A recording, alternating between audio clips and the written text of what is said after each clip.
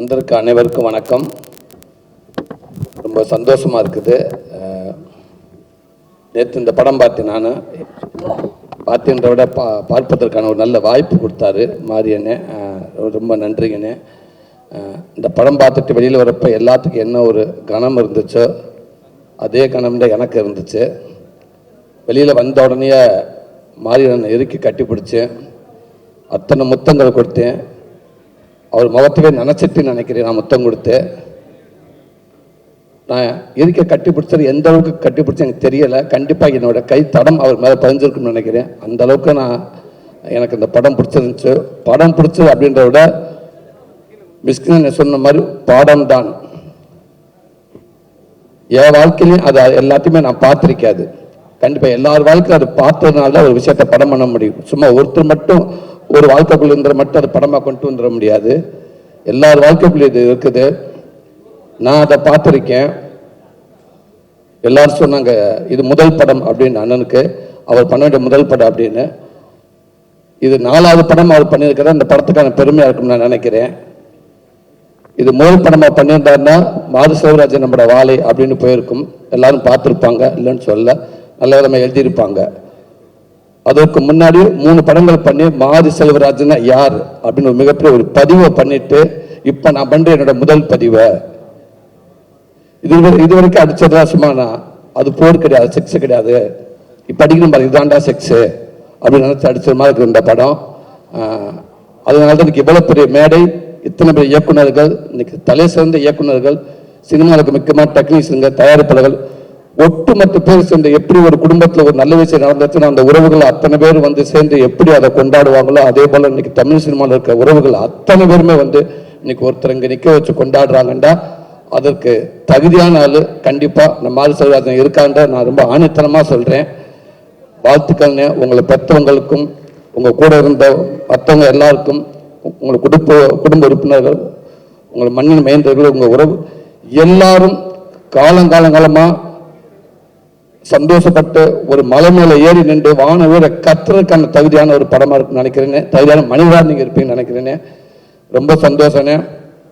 அதே மாதிரி அந்த ஸ்கூலில் வந்து எனக்கு அந்த மாதிரி லைஃப் இருந்திருக்கு. நான் ஸ்கூலில் படிக்க போகல, சாரி நீங்கள் டக்குன்னு பதற வேண்டாம். எங்களுக்கு அந்த மாதிரி நானும் லவ் பண்ணியிருக்கேன். அந்த டீச்சர் இல்லை, இந்த டீச்சர் கொண்டு ஒரு டிபன் பாக்ஸ், அந்த டீச்சர் டெய்லி வந்து நல்ல சாப்பாடாக கொண்டு வருவாங்க. அந்த டீச்சர் அம்மா வந்து அந்த எல்லாத்துக்கும் ஒரு முதல் தெரியாதன்னு ஒரு உருண்டையை கொடுத்துட்டாங்க. சாப்பிட்றப்ப எல்லா பேரும் கை நீட்டிட்டு இருப்பானுங்க. நாங்களும் கை நீட்டிக்கிட்டே கொடுத்துட்டே இருப்பாங்க. ஓரளவுக்கு அந்த அவங்களுக்கு தேவையானதை மற்ற எல்லாத்துக்கும் கொடுத்துருவாங்க. இப்போ பார்த்தீங்கன்னா ரொம்ப பிடிச்சி. அதுக்கப்புறம் ஒரு ஸ்டேஜ் அந்த அம்மாவுக்கு சாப்பாடு இருக்கா, டீச்சருக்கு எல்லா சாப்பாடும் கொடுத்துருவாங்க. டக்குன்னு ஒரு நாளைக்கு ஒரு ரூல்ஸ் போட்டாங்க. பாப்பா இந்த நம்ம இதில் சொல்கிற மாதிரி எவன் கிளாஸில் ஃபர்ஸ்ட் அவன் டான்ஸ் கிளாஸ் கலந்துக்கிறேன் அப்படின்ற மாதிரி, எவன் 1லேருந்து 5க்கு நல்ல மார்க் எடுக்கிறான்னு அவனுக்கு மட்டும்தான் உருண்டை அப்படின்ட்டாங்க. அதுக்கப்புறம் நமக்கு உருண்டைக்கு ரொம்ப தூரமாயிருச்சு, சாப்பாடு ரொம்ப தூரமாயிருச்சு. அப்போ டிஃபன் பாக்ஸ் திருட ஆரம்பிச்சிட்டா சேர்ந்து. இதுக்கப்புறம் அந்த அம்மா அந்த டீச்சர் டிஃபன் பாக்ஸ் கொண்டு வரதே விட்டாங்க. ஸோ இந்த மாதிரி ஒரு நல்ல வேலைக்கு நல்ல பதிவான வேலையில் தான் நாங்களாம் பண்ணியிருக்கோம். பரவாயில்ல. அந்த தம்பியாவது வந்து நான் வேலைக்கே போக மாட்டேன், என்னை பள்ளிக்கூடத்துக்கு அனுப்பு அப்படின்னு சொல்கிறாங்க. எனக்கு பள்ளிக்கூடத்தை தவிர எங்கே வேண்டாலும் போமா நான் போகிறேன், என்னை தயவுசெய்து பள்ளிக்கூடத்துக்கு மட்டும் நான் அனுப்பிடாதுன்னு நான் அடம் பிடிச்சிருக்கேன். இன்னைக்கு அதை அவ்வளோ அழகாக அவ்வளோ சுவாரஸ்யமாக சூப்பராக சொல்லி ரசிக்க வச்சு சிந்திக்க வச்சு அப்படியே கொஞ்சம் கொஞ்சமாக வந்து அப்படியே வந்து நம்ம வாழ்க்கைக்குள்ள தள்ளிங்க பாருங்க. நடக்கக்கூடாத ஒரு சம்பவம் நடந்து இவ்வளோ இன்னல்ல இருந்து ஒரு மனுஷன் இவ்வளோ தூரம் கடந்து வந்து இன்னைக்கு வந்து இந்த காலன்றப்ப கும்பிடுவதற்கு கைகள் பத்தாதுன்னே. உண்மைக்கேனே அத்தனை கைகள் வந்து அவளும் கும்பிடணும்னே. எவ்வளோ கஷ்டம் தாண்டி வந்திருக்கீங்க. ரொம்ப பெருமையாக இருக்குன்னு, ரொம்ப சந்தோஷமா இருக்குதுன்னு. இந்த படத்தில் ஒர்க் பண்ண அத்தனை பேருக்கும் சொல்லி சந்தோஷ் நாராயணனே வாழ்த்துக்கண்ணே. ரொம்ப சிறப்பாக பண்ணியிருந்தீங்கன்னு, நிறைய இடத்துல ரொம்ப பிரமாதமாக பண்ணியிருந்தீங்கன்னு. அதே தேனி ஈஸ்வரன்னு நான் வெண்ணிலாவுக்கு அப்படிக்குள்ளே பண்ணுறப்ப முதல் கேமராமேன் நான் சினிமாவில் நான் அவரை பார்த்தது அவ்வளோ அற்புதமாக இருந்துச்சுன்னு சொல்லிக்கிட்டே பாருனேன். அவ்வளோ சாப்பிட்டேன், அவ்வளோ சாப்பிட்டு இந்த படத்தை ஆரம்பிச்ச எண்டுக்கு நான் சொல்லிட்டே போயிருவேன். ஏன்னா இந்த மாதிரி படங்களே நான் சொல்ல முடியும். கௌதம் வாஸ்தவன் சார் நம்ம படங்கள் என்னால் சொல்ல முடியாது. ஏன்னா அதில் வந்து அந்த ஒரு செயல் வேற. ஆமாம், அதுக்கு எனக்கு ரொம்ப தூரமாக இருக்குன்னு. ஆனால் இதில் அப்படியே கவிதையாக இருந்துச்சு. அப்படி இருந்துச்சு நிறைய செட்டு. அந்த பையன் ஓடியாந்து ஃபர்ஸ்ட் அங்கே கீழே இருந்து கட்டில் கீழே எழுப்பி விட்டு வேகமாக ஓடியாந்து போகிற வழியில் அந்த டம்முன்னு பாலத்தை கீழே குதிச்சு அந்த தண்ணி அள்ளி முகத்தை கழுவிட்டு அள்ளி குடிச்சிட்டு போய் பாருங்க. இதை விட ஒரு பதிவு எதுவுமே இருக்கான்னு நினைக்கிறேன்னு. அது மாரியன்னு உங்களை சேர்ந்ததேன் தேனீஸ்வரன் நான் படம் முடிச்ச விதம் அவ்வளோ சூப்பராக இருந்துச்சுன்னு. நடித்த அத்தனை பேர்த்துக்கும் என்னோட மனமார்ந்த வாழ்த்துக்கள். தம்பிகளா தமிழ் சினிமாவுக்கு அற்புதமான ஒரு நடிகரை கொடுத்துட்டாரு அண்ணன். அந்த செல்ல குட்டிகளுக்கு கட்டி பெற்றார்களுக்கு தங்க பெற்றார்களுக்கு மனமார்ந்த வாழ்த்துக்கள். எல்லாத்துக்கும் நன்றி. நன்றி.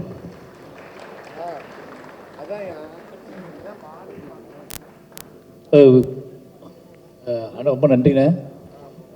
23 யோசிச்சு பார்க்கவே முடியாத விஷயம்தான். ஏன்னா அண்ணனோட கொட்டுக்காளி ரிலீஸ் ஆகுது.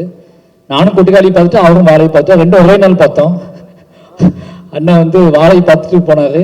அதுக்கப்புறம் நான் கொட்டுக்காளி பார்த்து பார்த்தேன். அதே ஸ்க்ரீனில் அதே தேட்டரில் அதே சீட்டில் உட்காந்து நான் பார்த்தேன். அவர் பார்த்துட்டு வாழையை பார்த்துட்டு கட்டி பிடிச்சிட்டு போகிறாரு.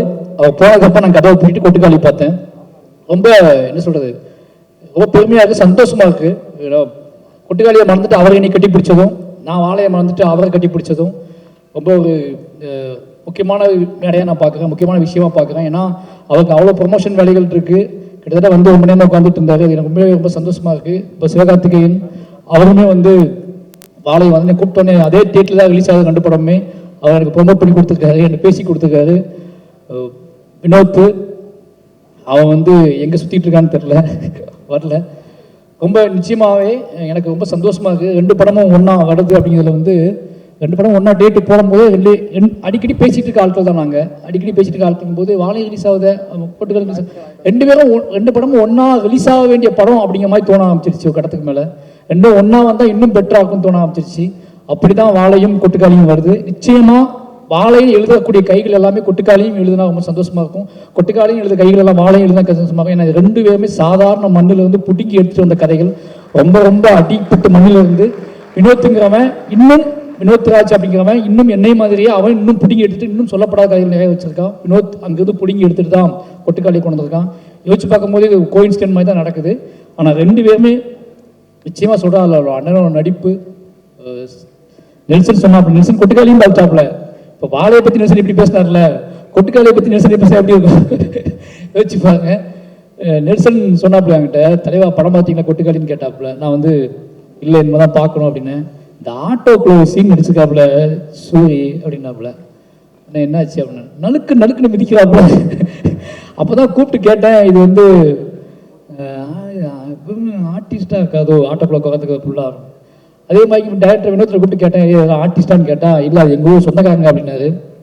சொந்தக்காரங்களை கூட்டி வந்து மிதிக்கிறதா வேலையாக 2 பேத்துக்கும் அப்படின்னு கேட்டாரு. ஏன்னா வாழையிலேயே அதே தான், எல்லா கஷ்டத்தையும் எங்கள் சொந்தக்காரங்க தான் அனுபவிச்சாங்க. அது ஏன்னு அவருக்கு தெரியும். அவ்வளோ மிதிக்க முடியாது அடுத்தவங்களை. இதுனா நம்ம சொந்தக்காரங்களாம் நல்லா மிதிச்சிடலாம்னு சொல்லிட்டு அண்ணன் மிதிக்கிறதே தெரியும். ரொம்ப அற்புதமான நடிப்பு அண்ணன் நடிப்பு. நான் கொட்டுக்காளி பார்த்து யார்ட்டையுமே பேசுகிறேன். நான் கொட்டுக்காளி நேற்று முடியும் போது 3 மணி நான் படம் பார்க்கும்போது நான் ஸ்டேஜில் பேசிக்கலான்னு விட்டேன். ரொம்ப ஒரு பெருமைப்படக்கூடிய ஒரு படைப்பாத படம் அந்த படம் இருக்கும். நிச்சயமாக அந்த 2 படமும் ஒன்றா வர ரொம்ப சந்தோஷம். நிச்சயமாக அந்த 2 படமுமே தமிழ் சினிமாவுக்கு ஒரு முக்கியமான படங்களாக இருக்கும். ரொம்ப நன்றிண்ணே. எல்லாருக்கும் வணக்கம். யாரையும் காணும், நான் எல்லாரும் முன்னாடியே பார்த்துட்டேன், பின்னாடி ஓகே மாறி ரொம்ப சாரி. ஆக்சுவலாக நிறையா பேசணும்னு நினச்சேன். அப்போ மிஷ்கின் சார் பேசின உடனே டோட்டலாக பிளாக் அவுட் ஆயிடுச்சு.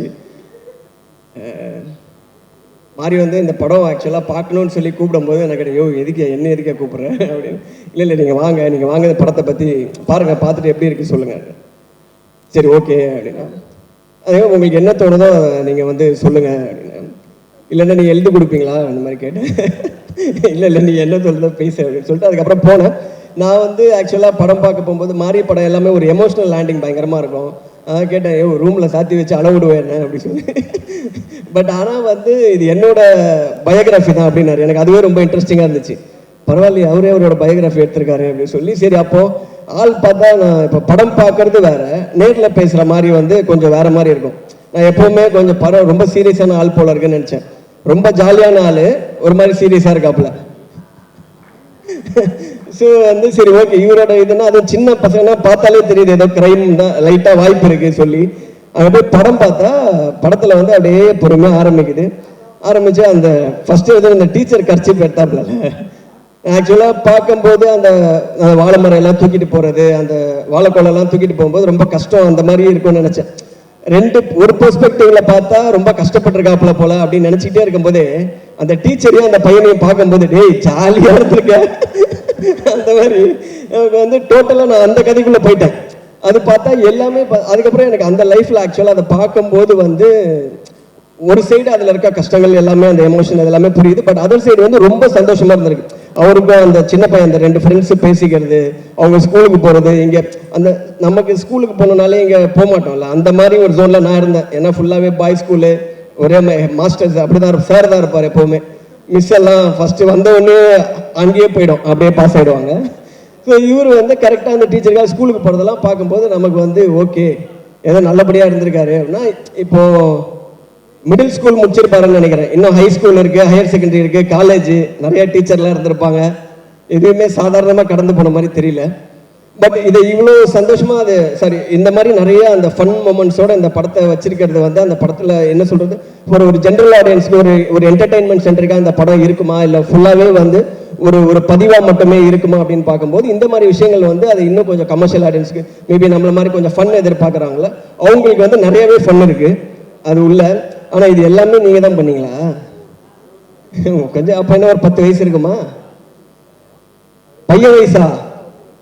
அதான் பையன் டீச்சரே பார்க்குறான் திருப்பி. ஸோ இந்த மாதிரி இன்னும் நிறைய ஃபன் சைடும் இருக்கு. பட் அந்த படம் முடியும் போது தான் வந்து அதில் இவ்வளோ ஏன்னா அவர் என்ன மாதிரி விஷயம்லாம் எனக்கு தெரியாது. ஃபர்ஸ்ட் இது ஆல்ரெடி புக்கில் எழுதியிருக்காருறாங்க, நம்ம எங்கே புக்கு படிச்சது, நம்ம படித்த புக்கே டோட்டலாக வேற. ஸோ அதில் எனக்கு தெரியாமல் பார்த்தா கடைசியில் அந்த அப்படி ஒரு எமோஷனல் லேண்டிங் அந்த படத்துக்கு இருக்காது. முடிச்சோன்னா அதோட ரியல் ஃபோட்டோ பிக்சர் ஒன்று போட்டார். அப்போ தான் நமக்கு வந்து அந்த கொஞ்சம் ஹார்ட் வந்து இன்னும் ஹெவி ஆயிடுச்சு. ஏன்னா அது ரியலாக நடந்த சம்பவம், அதில் ஒரு ஆள் தான் இவர் அப்படின்றது எல்லாமே அதுக்கப்புறம் பின்னாடி தான் தெரிய வந்துச்சு. பட் அந்த சோகத்தோடய வெளியில் வரும்போது திருப்பி நான் டீச்சருக்கே போயிட்டேன். அதனால் எனக்கு ஹாப்பியாகவே கட்டி பிடிச்சி நல்லா இருந்தது. ஸோ நம்ம வந்து இதில் போத் அந்த எமோஷனல் சைடும் இருக்கும், அதோட ஃபன் சைடும் இருக்கும். ஒரு நல்ல அந்த ஒரு ரொம்ப ரூட்டடாக அதை அந்த காஸ்டிங்கெல்லாம் மாறாமல், ஏன்னா அந்த லாரிலெல்லாம் வந்து கும்பலாக நிறைய பேர் உட்கார வச்சிருக்காரு. எத்தனை பேர் உட்காருவாங்கன்னு தெரியாது. அது வேற ரொம்ப ரியலாக இருக்கணும்னு பள்ளத்தில் இறக்கி லாரியை கவுத்துருவாரோன்னு எனக்கு ஒரு பயமாக ஒன்று வேற இருந்துச்சு. அப்புறம் தான் யாருமே உட்கார மாட்டாங்க. இப்போ இந்த மாதிரி நம்ம ஜூனியர் ஆர்டிஸ்ட்லாம் கூப்பிட்டு உட்கார சொன்னால் அவங்க லாரியிலேருந்து அங்கேருந்து சாரி சொல்லிட்டு அந்த பக்கமாக கிளம்பிடுவாங்க. அது ரொம்ப நேச்சுரலாக இருக்கும். லாரி இப்படி போகுது அப்படி போகுது. அப்புறம் பார்த்தா ஃபுல்லாக சொந்தக்காரங்களே நிறைய பேரை வச்சு லாரியிலேயே கட்டி போட்டுருக்காருன்னு நினைக்கிறேன் மேலே. இல்லை அதுக்கப்புறம் சொன்னார் நானும் உள்ளே தான் உட்காந்துருந்தேன், அதனால் உங்களோட சொந்தக்காரங்க எல்லாம் தெளிவாக இருந்திருக்காங்க. ஸோ இந்த மாதிரி நிறைய விஷயம் இருக்குது. இன்னும் மாறி வந்து அவரோட இப்போ அந்த லைஃப், அவரோட பேக்ட்ராப் இதெல்லாம் பார்க்கும்போது நல்லா இன்ட்ரெஸ்டிங்காக இருக்குது. அதோட ஃபன் சைடு இன்னும் நல்லா நீங்கள் எக்ஸ்ப்ளோர் பண்ணிங்கன்னா இன்னும் வந்து நல்லா இருக்கும்னு நினைக்கிறேன். சேம் இதே மாதிரி நிறைய படம் எடுங்க மாதிரி நிறைய கதை இருக்கும், தெரியுது, பார்த்தது தெரியுது. ரொம்ப தேங்க்ஸ், கூப்பிட்டதுக்கு ரொம்ப சந்தோஷம். படத்தில் நடித்தவங்க எல்லாருமே ரொம்ப நல்லா நடிச்சிருந்தாங்க. இதை நான் சொல்ல வேணாம், இதெல்லாம் நிறைய எல்லாருமே சொல்லிட்டாங்க. எல்லா காலியான சேருமே அதெல்லாம் தாண்டி தான் இப்போ நான் ஒரு சேரை காலி பண்ண போகிறேன். ஸோ கூப்பிட்டதுக்கு எல்லாரும் ரொம்ப தேங்க்ஸ், நன்றி. ஒரே ஒரு கேள்வி மட்டும் உங்ககிட்ட. இப்போ மாரி சார் வந்து கிட்டத்தட்ட பார்த்துக்கிட்டிங்கன்னா ஒரு ஸ்டார்ட் கொடுத்துருக்காங்க, டிரெக்டர்ஸோட பயோகிராஃபி, அவங்களோட ஒரு குறிப்பிட்ட பருவம் வந்து அவர் எடுத்திருக்காங்க. நெல்சன் அவர்களுடைய ஒரு பயோகிராஃபி நம்ம எடுக்கணும்னா எந்த ஒரு போர்ஷன் ரொம்ப இன்ட்ரெஸ்டிங்காக இருக்கும், அதை பற்றி சொல்லுங்க. எடுக்க முடியாத பருவமாக இருக்கு ஃபுல்லாக. எந்த பருவத்தையும் எடுக்க முடியாது. யாராவது எடுத்தா வேணா அது கொஞ்சம் நம்ம தான் அந்த கர்ச்சிப். ஆனால் எனக்கும் அந்த கர்ச்சிப் எடுக்கணும்னு தோணி இருக்கு. ஒரு நாள் கூட தைரியம் வந்ததில்லை. அப்படியே பார்த்துனே இருப்பேன். நம்ம ஏன்னா பார்த்தாலே நம்மளை அந்த கிளாஸ்ல யார் இதை எடுத்திருப்பானாலே, யாரும் எடுத்திருந்தா கூட நம்மள தான் பிடிப்பாங்க.